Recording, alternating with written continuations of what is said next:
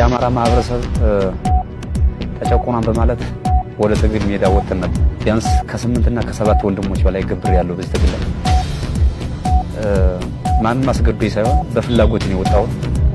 ስወጣ ግን ትክክለኛ ትግል ያለ መስሎኝ ነበር።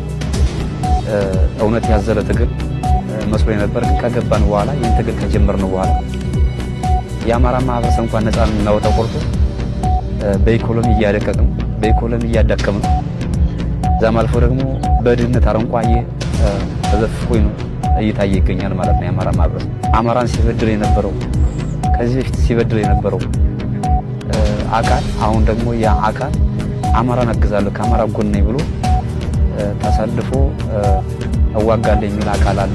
ግን በጠቅላላ ትግሉ ተሽቷል። ስለዚህ እኛ ወደዚህ ስንመጣ እጅ ሰጥተን ሳይሆን ስንወጣም በፍላጎት ነው የወጣ ነው ለመታገል። ስንመጣም በፍላጎት ነው የመጣ ነው። መንግስት ያስቀመጥነው የሰላም ጥሪ ተቀብለን ትግሉ ተሽጧል። የዛሬው የቪዲዮአችን ማጠንጠኛ ነው። ትግሉ ተሽጧል ያለው በቅርቡ ለመንግስት እጁን የሰጠው የፋኖ ታጣቂ አመራር የነበረ ወታደራዊ አመራር የነበረ ለ10 ዓመት በላይ የኢትዮጵያ መከላከያ ሰራዊት አባል ሆኖ ሀገሩን ሲያገለግል የነበረ በኋላም በተጭበረበረ መንገድ የአማራ ፋኖ ትግልን ከተቀላቀለ በኋላ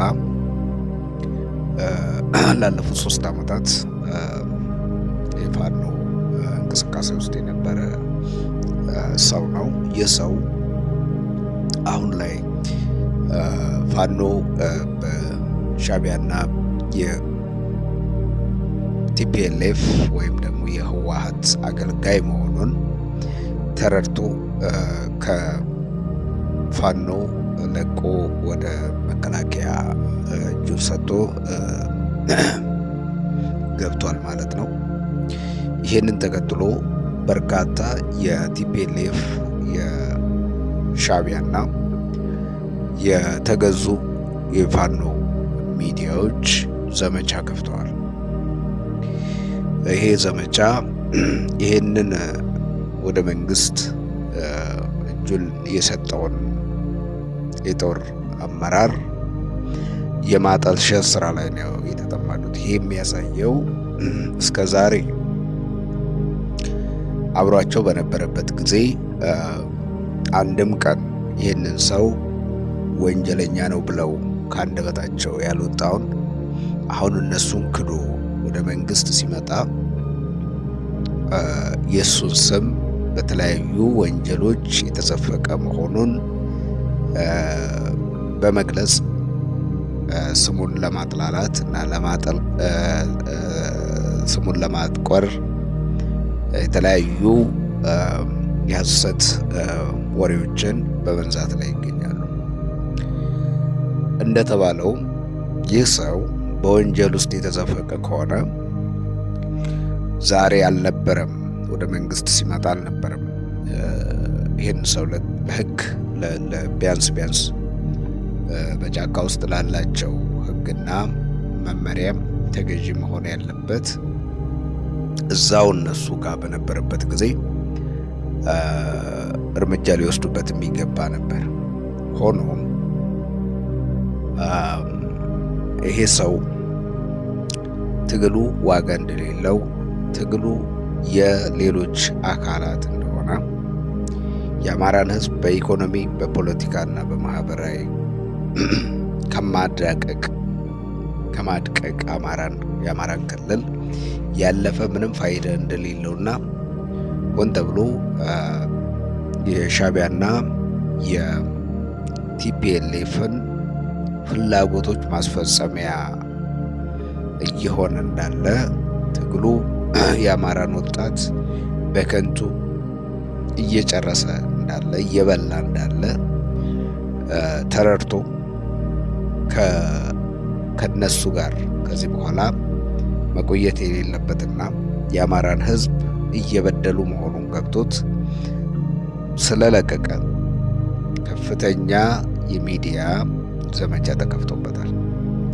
ይሄ የሚዲያ ዘመቻ በተለያዩ መንገዶች እየተገለጸ ይገኛል። የሆነ ሆኖ ይሄ ወንጀል ተፈጸመ ከተባለ እንኳን ቀደም ሲል እርምጃ መውሰድ ይችሉ ነበር።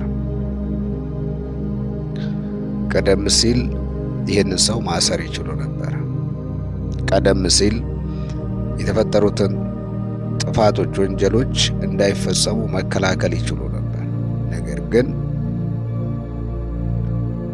ውሸት መሆኑ ማረጋገጫው ዛሬ እሱ ከ3 ዓመት በኋላ ተለይቷቸው ወደ መንግስት እጁን ሲሰጥ ይህ ሁሉ የተቀናጀ ዘመቻ ልክ ቲፒኤልኤፎች ጌታቸው ረዳን አባረው ካስወጡት በኋላ ከትግራይ ካባረሩት በኋላ በጌታቸው ረዳ ላይ ሲሰሩት የነበረውን የሐሰት ትርክት፣ የሐሰት ውንጀላ አይነት ገጽታ የተላበሰው። ስለዚህ ቲፒኤልኤፎችም ፋኖ የሚባለው ስብስብ በመጀመሪያ ደረጃ ፖለቲካሊ የተደራጀ አይደለም። የአማራን ሕዝብ ጥያቄ የያዘ አይደለም። ይልቁንስ የሌሎችን ፍላጎቶች እያስፈጸመ ያለ፣ የሌሎችን ችግር እየተወጣ ያለ፣ መከራ የአማራ ሕዝብ ለሌሎች የፖለቲካ ፍላጎቶች መፈጸሚያ እየሆነ እንዳለ እሙን ሆኗል።